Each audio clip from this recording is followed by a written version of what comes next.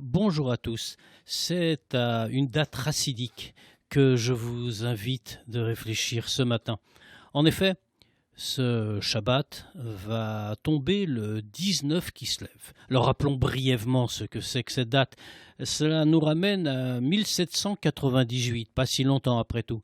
L'auteur du Tanya, Rabbi Shneur Zalman de Liadi, le premier rabbi de Chabad, fondateur du chassidisme Chabad, fut libéré de la prison où le tsar l'avait fait jeter sur dénonciation calomnieuse après de longs débats sur la validité de la doctrine qu'il enseignait, sur la portée de ses enseignements.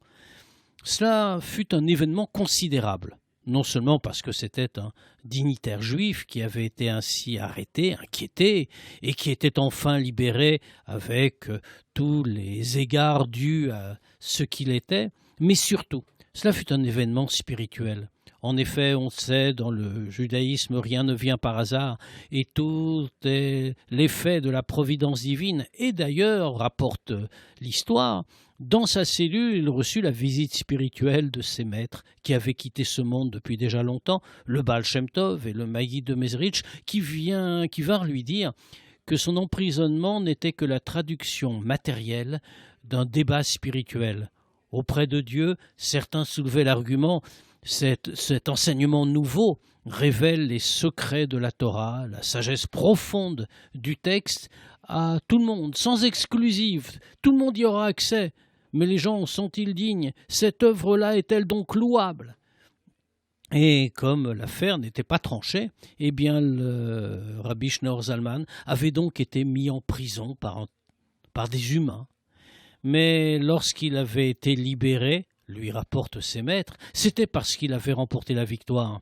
Au tribunal céleste, il avait eu gain de cause. Décidément, le moment était venu de donner accès à cette connaissance à tous. Et oui, et à partir de là, d'ailleurs, le rabbi s'en était inquiété auprès du Baal Shem Tov et du Maggid de Mezrich, mais peut-être devrait-il donc arrêter de diffuser cet enseignement? Il lui avait répondu: certainement pas.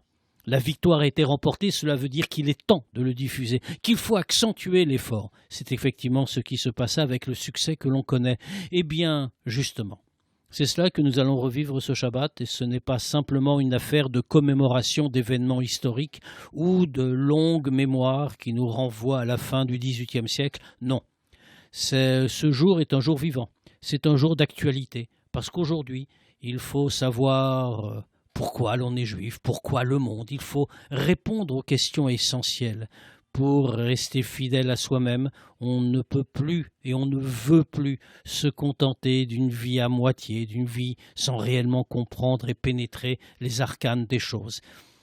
Le 19 Kislev, c'est la permission qui nous est donnée. À partir de maintenant, nous sommes capables d'entrer dans les textes que nous a laissés le Rabbi Shneur Zalman ainsi que ses successeurs, ces textes qui constituent la chassidoute, la pensée chassidique, et ainsi aller au fond des choses, au fond spirituel des choses, et nous élever de degré en degré. Oui, le 19 Kislev, dans ce sens, n'est pas simplement le jour de la libération du Rabbi Shneur Zalman, il est aussi le jour de notre propre libération spirituelle, d'une certaine façon, de notre victoire sur tous ceux qui voudraient obscurcir les âmes et réduire notre lumière. Sachons en profiter, sachons le vivre, parce que cela est précieux aujourd'hui.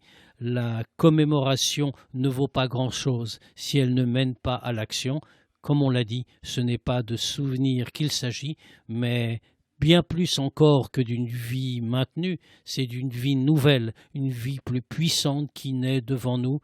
Étudier le Tanya, les textes de la Chassidoute, c'est finalement changer soi-même, et donc en changeant soi-même, changer un monde qui en a décidément bien besoin. Shabbat Shalom à tous.